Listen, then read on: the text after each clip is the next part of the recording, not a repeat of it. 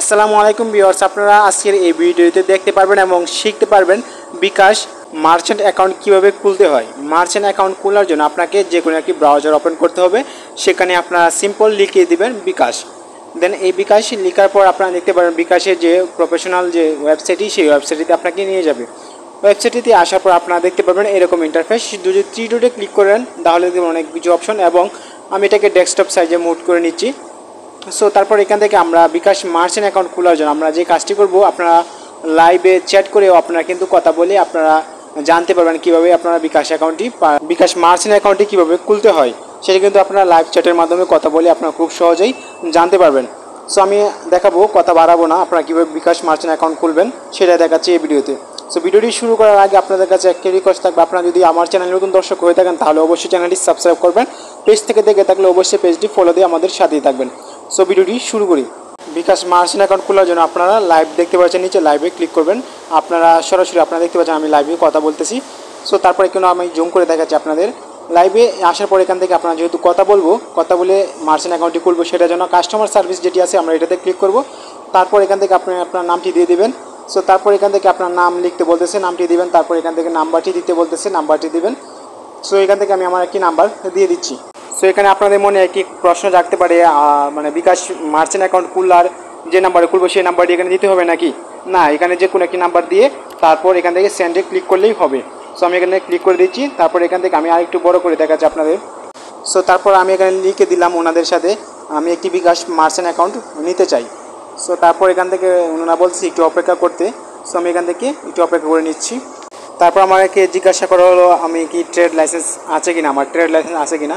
So আমি বললাম জি না, আমার ট্রেড লাইসেন্স নেই। সো তারপর এখান থেকে কি বলে আমরা একটু দেখে নিব। তারপরে এরকম একটি লিঙ্ক দিয়ে দিয়েছে। সো এই লিঙ্কে যদি আমরা ক্লিক করি, এই ক্লিক করার পর আমরা কিন্তু আমাদের বিকাশ মার্চেন্ট অ্যাকাউন্টটি খুব সহজেই খুলে নিতে পারবো। সো কীভাবে আপনারা এই ফর্মটি পূরণ করবেন আমি সেটাই দেখাবো এখন। সো আমরা এই লিঙ্কে ক্লিক করে দিচ্ছি। লিঙ্কে ক্লিক করে দেওয়ার সাথে সাথে কিন্তু আমরা দেখতে পাচ্ছি বিকাশ মার্চেন্ট অ্যাকাউন্ট খোলার যে ফর্মটি, সেই ফর্মটি আমাদের সামনে চলে এসেছে। এখানে মার্চেন্ট দোকানের নাম এবং জেলা নির্বাচন, এলাকা নির্বাচন, আপনার নাম, মোবাইল নাম্বার, একটি ইমেল দিতে হবে, অতিরিক্ত কোনো তথ্য, আপনার জিমেল, এগুলো সব তথ্য কিন্তু এখানে আপনাকে দিতে হবে এক একটা করে। সো আমি এক একটা করে আপনার কীভাবে দেবেন আমি সেটাও দেখাবো। সো ভিডিওটি মনোযোগ সহকারে সবাই দেখুন। সো এখানে আপনার দোকানের নামটি এখানে দিয়ে দিবেন। সো এখানে আমি আমার দোকানের নামটি দিয়ে দিচ্ছি, সুলতান তৌহিদ। বাকি আপনারা যদি পেজ নিতে চান অনলাইনে সেটাও নিতে পারেন পেজের। সো এটা দিয়ে দিলাম। সো আমার জেলা কিশোরগঞ্জ আমি এটা দিয়ে দিলাম। তারপর এখান থেকে আমার থানা দিয়ে দিলাম। সো তারপর এখানে আপনার মানে এনআইডির সাথে মিল লিখে আপনার নামটি এখানে লিখতে হবে। সো আমি আমার নামটি এখানে লিখে দিচ্ছি।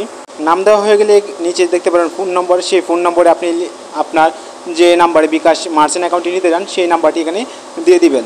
সো নাম্বারটি দেওয়া হয়ে গেলে তারপর ইমেল, এখানে আপনি আপনার একটি সচল একটি ইমেল নাম্বার দিয়ে দিবেন, ইমেল নাম দিয়ে দিবেন। সো ইমেলটি দেওয়া শেষে আপনারা দেখতে পারেন অতিরিক্ত।